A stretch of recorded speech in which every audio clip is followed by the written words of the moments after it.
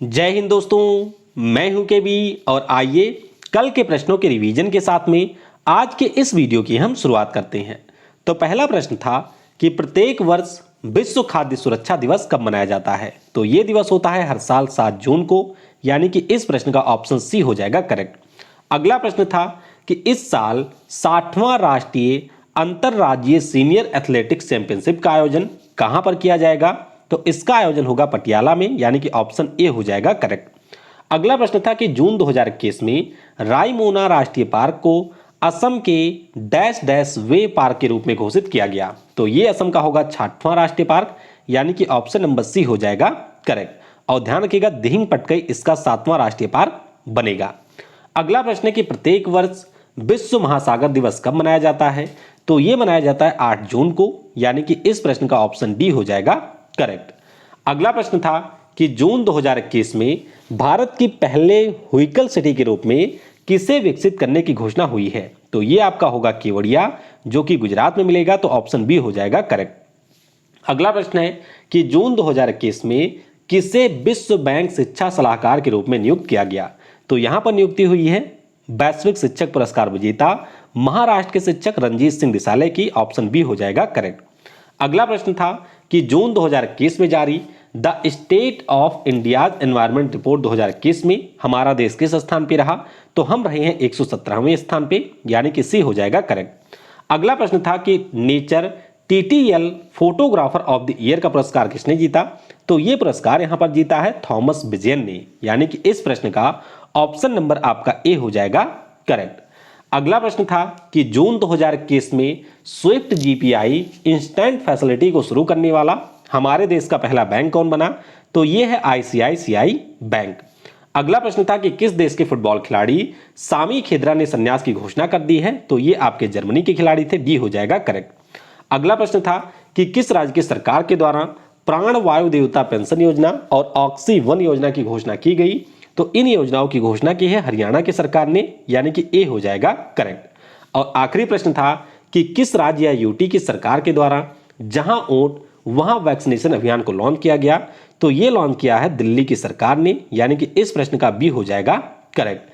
तो अभी तक अगर आप लोगों ने मुझे अनअकैडमी के ऊपर फॉलो नहीं किया है तो नीचे आपको मेरी प्रोफाइल की लिंक मिल जाएगी, उसके ऊपर क्लिक करके आप मुझे फॉलो कर सकते हैं। इसके अलावा मैं आपको बता दूं कि आज भी मेरी 2 क्लास है। पहली क्लास होगी 11 बजे, जिसमें हम लोग ग्रुप डी के लिए सेट नंबर 55 को डिस्कस करेंगे। और शाम की जो 3:30 बजे वाली आज की क्लास होगी उससे हम लोग लूसेंट के जो आपके 5000 सबसे महत्वपूर्ण जीके के प्रश्न हैं उनकी सीरीज को करेंगे शुरुआत। तो डेली इसमें हम लोग 60 प्रश्नों को डिस्कस करेंगे। एक प्रकार का लाइव टेस्ट होता है और इसके माध्यम से आप अपनी तैयारी को भी जांच सकते हैं। इसके अलावा बहुत सारी चीजें भी आपको सीखने को मिलेगी। और सबसे महत्वपूर्ण चीज जो कि अनअकैडमी के ऊपर इस समय ऑफर चल रहा है, इसमें से अगर आप कोई भी सब्सक्रिप्शन परचेज करना चाहते हैं तो सिंपली मुझसे व्हाट्सएप के ऊपर कांटेक्ट कर सकते हैं, क्योंकि यहां पर अगर आप कोई भी कोड यूज करेंगे तो आपको मिलेगा 10% का डिस्काउंट। लेकिन अगर आप लोग मेरा कोड यूज करते हैं तो 10 की जगह पर 20% का डिस्काउंट आपको दिया जाएगा। 10% का डिस्काउंट आपको अनअकैडमी देगी। और अगर आप मुझसे कांटेक्ट करने के बाद में कोर्स खरीदेंगे तो फिर आपको 10% का डिस्काउंट मेरी तरफ से भी दिया जाएगा। तो बहुत ही शानदार ऑफर है। अगर आप लोग चाहें तो इनमें से किसी भी ऑफर को अवेल कर सकते हैं। बस आपको यूज करना है कोड KV10। तो चलिए अब हम लोग आज के प्रश्नों की करते हैं शुरुआत। पहला प्रश्न है कि जून 2021 में जारी परफॉर्मेंस ग्रेडिंग इंडेक्स में कितने राज्यों ने A++ रेटिंग को प्राप्त किया। तो कुल मिलाकर के हमारे यहाँ के राज्यों की संख्या है 5 जिन्होंने A++ रेटिंग को प्राप्त किया है। तो ऑप्शन आपका सी हो जाएगा करेक्ट। अब ये है क्या, तो देखिए जो हमारे शिक्षा मंत्री हैं रमेश पोखरियाल निशंक साहब, इन्होंने हमारे देश में जो 2019-20 में स्कूलों की स्थिति थी उनमें किस प्रकार का परिवर्तन आया था उसके पिछले वर्षों की तुलना में, उसके आधार पर इस रेटिंग को मंजूरी दी गई है। और इसकी अगर हम लोग बात करते हैं तो पंजाब इसमें शीर्ष पर रहा है, दूसरे स्थान पर रहा है चंडीगढ़। और वहीं पर अगर हम लोग A++ रेटिंग वाले स्कूलों की बात करते हैं तो इनमें केरल हमारा है, तमिलनाडु है, अंडमान और निकोबार है, पंजाब है, चंडीगढ़ है। इन सभी ने A++ रेटिंग इसमें प्राप्त किया है। तो ध्यान रखिएगा पंजाब इन सभी में रहा है शीर्ष पर। तो ऑप्शन इसका 5 हो जाएगा करेक्ट। अगला प्रश्न है कि जून 2021 में Hong Kong and Shanghai banking corporation limited ने HSBC इंडिया के CEO के रूप में किसे नियुक्त किया है? यानी कि यह एक वैश्विक बैंक है, तो इंडिया में जो इनका संचालन है वो किया जाएगा हितेंद्र दवे के द्वारा। तो ऑप्शन नंबर आपका डी हो जाएगा करेक्ट। अच्छा, बैंक के नाम में आपको दिख रहा होगा हांगकांग और संघाई, लेकिन ये जो बैंक है उसका हेडक्वार्टर आपको मिलेगा लंदन में। कहां पर? यूके की राजधानी है लंदन में, वहां पर आपको इसका हेडक्वार्टर मिलेगा और CEO इसके हैं नोएल क्वीन। तो इसके CEO का नाम भी आपको याद रखना है। अगला प्रश्न है कि जून 2021 में प्रकाशित पुस्तक 1232 kilometre the long journey home के लेखक कौन है? तो ये जो पुस्तक है इसे लिखा है विनोद कापरी महोदय ने। तो इस प्रश्न का ऑप्शन नंबर ए हो जाएगा करेक्ट। तो पुस्तक की अगर हम लोग बात करते हैं तो आपके बिहार राज्य के 7 प्रवासी मजदूरों की कहानी है कि किस प्रकार से 1232 किलोमीटर की यात्रा करके ये लोग पहुंचे थे। तो उसी के ऊपर यह किताब लिखी गई है विनोद कापरी महोदय के द्वारा। अगला प्रश्न है जून 2021 में संयुक्त राष्ट्र महासभा के नए अध्यक्ष के रूप में किसे चुना गया है? तो यहां पर चुने गए हैं अब्दुल्ला शाहिद, यानी कि इस प्रश्न का ऑप्शन नंबर बी हो जाएगा करेक्ट। तो पहले तो आपको यह याद रखना है कि जो हमारा यूनाइटेड नेशन जनरल असेंबली होती है, संयुक्त राष्ट्र की जो 6 प्रमुख संस्थाएं होती हैं उनमें से एक होता है UNGA। इसकी अगर हम लोग बात करते हैं तो मुख्य रूप से इसके जो अध्यक्ष का कार्यकाल होता है वह आपके 1 वर्ष के लिए होता है। तो अभी अगर हम लोग बात करते हैं तो वोल्कन बोजकीर जो कि टर्की के थे वह इसके 75वीं महासभा के अध्यक्ष थे।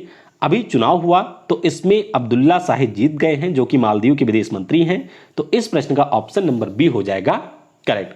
अच्छा, हराया इन्होंने किसको है? तो अफगानिस्तान के विदेश मंत्री थे डॉक्टर जलमई रसूल, इनको इन्होंने हरा दिया। तो काफी वोट मिल गए थे यहां पर मालदीव के विदेश मंत्री को, जिसके कारण 76वीं संयुक्त राष्ट्र महासभा के ये बन गए हैं अध्यक्ष अगले 1 सालों के लिए।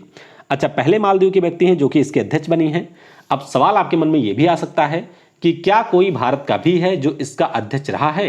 तो ध्यान रखिएगा, एकमात्र भारत से हैं विजय लक्ष्मी पंडित जो कि 1953-54 में इसकी अध्यक्ष रही थी। तो एकमात्र भारतीय हैं, तो उनका नाम भी आपको याद रखना है।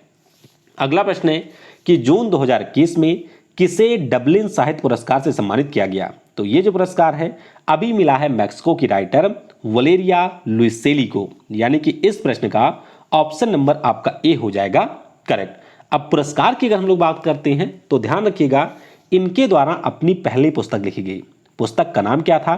तो इसका नाम था लॉस्ट चिल्ड्रन आर्काइव। तो प्रवासी बच्चों के ऊपर यह पुस्तक लिखी गई है और इसी के लिए वलेरिया लुइसेली को यहां पर डबलिन पुरस्कार से सम्मानित किया गया।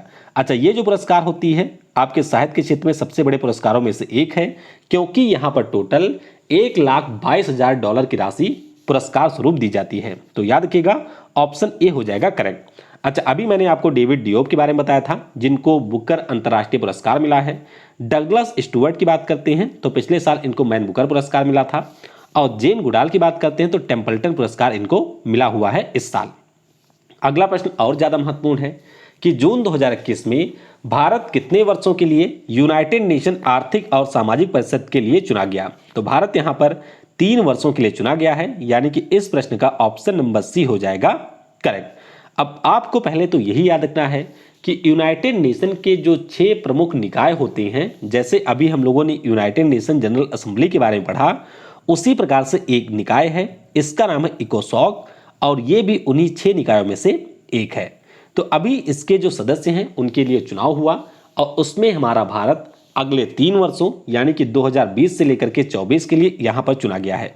अच्छा, एशिया प्रशांत से हमारा देश चुना गया है, तो 3 और देश एशिया पैसिफिक से चुने गए हैं। कौन कौन से? एक तो है ओमान, दूसरा है कजाकिस्तान और तीसरा है अफगानिस्तान। यूएन इकोसॉक की बात करते हैं तो अध्यक्ष इसके मुनीर अकरम हैं और सदस्य देशों की संख्या इसमें है 54। तो ये भी आप अच्छे से याद रखिएगा, 3 सालों के लिए यहां पर चुना जाता है। अच्छा, एक हमारा यूनाइटेड नेशन सिक्योरिटी काउंसिल भी है, और आपको याद रखना है कि हमारा देश 8वीं बार 2021-22 के लिए इसका सदस्य यहां पर चुना गया है अस्थायी, यानी कि नॉन परमानेंट मेंबर के रूप में अगले 2 सालों के लिए चुना गया है। अगला प्रश्न है कि जून 2021 में किस स्पेस एजेंसी के द्वारा स्कूइड्स और टार्डिग्रेड्स को ड्रैगन कैप्सूल के द्वारा लॉन्च किया गया? तो ये लॉन्च किया है स्पेस एक्स ने, यानी कि इस प्रश्न का ऑप्शन नंबर आपका डी हो जाएगा करेक्ट। अब ये मामला है क्या, आइए इसको थोड़ा सा हम लोग समझते हैं। देखिए, मैंने आपको बताया हुआ है कई बार पहले भी इंटरनेशनल स्पेस स्टेशन के बारे में, जो कि हमारी पृथ्वी से थोड़ी सी ऊंचाई यानी कि लो अर्थ ऑर्बिट में स्थापित किया गया है। तो अभी स्पेस एक्स कंपनी के द्वारा इनका जो फाल्कन 9 रॉकेट है उसकी मदद से इन्होंने कुछ स्क्विड्स को भेजा और 2000 टार्डिग्रेड्स को यहां पर भेजा है। अब टार्डिग्रेड्स क्या होते हैं? तो ये हमारे माइक्रो ऑर्गेनिज्म होते हैं। सवाल ये भी उठता है कि इनको भेजा क्यों गया है। तो अगर हम लोग इनकी बात करते हैं तो अगर कंडीशन बहुत ज़्यादा हर्ष हो जाती है तो उस स्थिति में भी ये जिंदा रहते हैं। तो भेजा गया है इनको इसलिए जिससे यहाँ पर पता लगाया जा सके कि क्या स्पेस में ये रह सकते हैं या किस प्रकार से स्पेस में ये प्रजनन वगैरह कर सकते हैं, यानी कि अध्ययन के लिए इनको अभी स्पेस में भेजा गया है स्पेस एक्स के द्वारा। अगला प्रश्न है कि अंतरराष्ट्रीय पुरुष फुटबॉल खिलाड़ियों में किसके नाम सबसे ज्यादा गोल करने का रिकॉर्ड है? तो यह है ईरान के अली दाई के नाम पर, यानी कि इस प्रश्न का ऑप्शन नंबर आपका ए हो जाएगा करेक्ट। अब आपसे यह सवाल मैंने पूछा क्यों? क्योंकि हमारे भारतीय फुटबॉल टीम के जो कप्तान हैं इनका नाम है सुनील छेत्री। अब ध्यान से कुछ चीजें यहां पर समझ लीजिएगा क्योंकि कई बार ये परीक्षाओं में पूछी जा चुकी हैं, आगे भी पूछी जाएंगी। अगर आपसे परीक्षा में यह प्रश्न पूछा जाता है कि सबसे ज्यादा इंटरनेशनल लेवल पर किस खिलाड़ी ने गोल किया है, चाहे वह खेल रहा हो या संन्यास ले लिया है, तो फिर आपका उत्तर होगा अली दाई, जो कि ईरान के खिलाड़ी रहे हैं। लगभग 129 गोल इन्होंने किया हुआ है अंतर्राष्ट्रीय स्तर पर। अगर आपसे यह पूछा जाए कि जो खिलाड़ी वर्तमान में खेल रहे हैं उनमें से किस खिलाड़ी ने अंतर्राष्ट्रीय स्तर पर सबसे ज्यादा गोल किया हुआ है, तो यह गोल किया हुआ है क्रिस्टियानो रोनाल्डो ने। इनके नाम पर टोटल 103 गोल का रिकॉर्ड है। तो अभी जो हमारे फुटबॉल टीम के कप्तान हैं, दरअसल जो आपका फीफा का विश्व कप होना है अगले साल 2022 में कतर में, उसके लिए क्वालिफाइंग मैच हो रहा था और इस मैच में बांग्लादेश के खिलाफ मैच में इन्होंने 2 गोल कर दिए और इस प्रकार से दुनिया में जितने भी आपके सक्रिय खिलाड़ी हैं उन खिलाड़ियों की सूची में ये आ चुके हैं दूसरे स्थान पर। गोल करने के मामले में इनके नाम पर अब टोटल हो चुके हैं 74 गोल और इन्होंने अर्जेंटीना के लियोनल मेसी को भी छोड़ दिया है पीछे। तो याद रखिएगा, काफी महान खिलाड़ी हैं। हालांकि फुटबॉल को हमारे देश में उतना वेटेज मिलता नहीं है, फिर भी ये जो खिलाड़ी है वो बहुत ही शानदार रहा है। अगला प्रश्न है कि वर्ष 2023 तक के लिए इनमें से कौन सी कंपनी इंटरनेशनल क्रिकेट काउंसिल की आधिकारिक पार्टनर बनी है? तो ये बन गई है भारत पे, यानी कि इस प्रश्न का ऑप्शन नंबर सी हो जाएगा करेक्ट। अब भारत पे के बारे में आप लोगों ने सुना होगा कि ये जो हमारे मर्चेंट होते हैं यानी कि व्यापारी वगैरह होते हैं उनके भुगतान के लिए इसको लॉन्च किया गया था और अब ये 2023 तक के लिए आईसीसी का आधिकारिक पार्टनर बन गया है। आईसीसी की बात करते हैं तो 15 जून 1909 को इसकी स्थापना हुई थी। मुख्यालय आपको मिल जाएगा दुबई में। इसके इस समय अध्यक्ष हैं ग्रेग बार्कले जो कि न्यूजीलैंड के हैं और सीईओ हैं हमारे भारत के मनु साहनी। तो याद रखिएगा 2023 तक के लिए भारत पे आईसीसी का यहां पर नया आधिकारिक पार्टनर बना है। अगला प्रश्न है कि जून 2021 में फेसबुक ने भारत के लिए किसे मुख्य शिकायत अधिकारी नियुक्त किया? तो यहां पर नियुक्ति हुई है स्फूर्ति प्रिया की। किसकी? एंजल प्रिया नहीं है भाई, ध्यान रखिएगा, स्फूर्ति प्रिया इनका नाम है। तो ऑप्शन आपका डी हो जाएगा यहां पर करेक्ट। अब इनकी फोटो यहां पर नहीं मिली तो मैंने फेसबुक का लोगो ही लगा दिया है। अब यहां पर मामला है क्या, आपको यह पता होना चाहिए कि इस साल शुरुआत में भारत सरकार के द्वारा जो भी हमारे सोशल मीडिया वगैरह हैं उनको रेगुलेट करने के लिए एक कानून लाया गया था। कानून का नाम था information technology intermediary guidelines and digital media ethics code 2021। अब इसमें कुछ प्रावधान दिए गए थे और उन प्रावधानों को उन सोशल मीडिया को फॉलो करना था जिनके ऊपर 50 लाख से अधिक लोगों की संख्या है। प्रावधान क्या थे? तो यहां पर यह कहा गया था आदेश में कि इन सभी सोशल मीडिया प्लेटफॉर्म को नोडल अधिकारी नियुक्त करना होगा, मुख्य अनुपालन अधिकारी नियुक्त करना होगा और इनको एक शिकायत अधिकारी भी नियुक्त करना होगा। अभी आपको याद होगा कि हम लोगों ने डिस्कस किया था कि व्हाट्सएप के द्वारा परेश बिलाल की नियुक्ति कर दी गई थी और अब यहां पर फेसबुक के द्वारा एंजल प्रिया यानी कि जो आपकी स्फूर्ति प्रिया हैं इनको अपना मुख्य शिकायत अधिकारी नियुक्त किया गया है। तो इंपॉर्टेंट आपकी अपॉइंटमेंट है, ये भी आपको याद रखनी है। अगला प्रश्न है कि जून 2021 में भारत का जो पहला अंतर्राष्ट्रीय समुद्री क्लस्टर किस शहर में स्थापित किया जाएगा? तो यह स्थापित किया जाएगा अहमदाबाद में, यानी कि इस प्रश्न का ऑप्शन नंबर डी हो जाएगा करेक्ट। अहमदाबाद में आपको एक शहर देखने को मिलेगा जिसका नाम है Gujarat international finance tech city, जिसे हम लोग गिफ्ट सिटी के नाम से जानते हैं। और गिफ्ट सिटी हमारे भारत की पहली ऑपरेशनल ग्रीनफील्ड स्मार्ट सिटी है। तो यहीं पर हमारे देश का जो पहला अंतरराष्ट्रीय समुद्री क्लस्टर है उसको स्थापित किया जाएगा। तो ऑप्शन आपका डी हो जाएगा यहां पर करेक्ट। अगला प्रश्न है कि किस राज्य की सरकार के द्वारा कोविड-19 टीकाकरण के लिए स्पेशल पिंक बूथ को लॉन्च किया गया। तो महिलाओं के द्वारा काफी मांग थी कि पिंक बूथ बनाइए तभी हम लोग टीका लगवाएंगे, और वैसे भी उत्तर प्रदेश वाले लगवा नहीं रहे हैं टीका, तो इसीलिए उत्तर प्रदेश की सरकार के द्वारा यहां पर महिलाओं के लिए पिंक बूथ को लॉन्च किया गया है। अब ये जो आपके बूथ होंगे हर जिले में सरकार के द्वारा बनाए जाएंगे और इन बूथ के ऊपर सिर्फ महिलाओं को कोविड-19 का टीका लगाया जाएगा। तो ऑप्शन आपका ए हो जाएगा यहां पर करेक्ट। तो इस प्रकार से आज के जो भी हमारे प्रश्न थे उन सभी प्रश्नों को हमने डिस्कस कर लिया है। अब आइए कल के प्रश्नों का उत्तर जान लेते हैं। देखिए, जब मैंने आपसे कल प्रश्न पूछा था तो उसमें तो मैंने यहां पर दे दिया था 2020, लेकिन फिर भी मैंने आपसे कहा था कि 2021 के बारे में बताइएगा। तो सारे लोगों ने यहां पर 2020 का ही बताया था। याद रखिएगा, इस साल जो प्रिट्जकर पुरस्कार है वो 2 लोगों को मिला है। एक तो है एनी लैक्टन जो कि फ्रांस की हैं, और दूसरे हैं जीन फिलिप ऑसेल। तो इन दोनों को इस साल प्रिट्जकर पुरस्कार दिया गया है, जो कि वास्तुकला के क्षेत्र का नोबेल पुरस्कार भी कहा जाता है।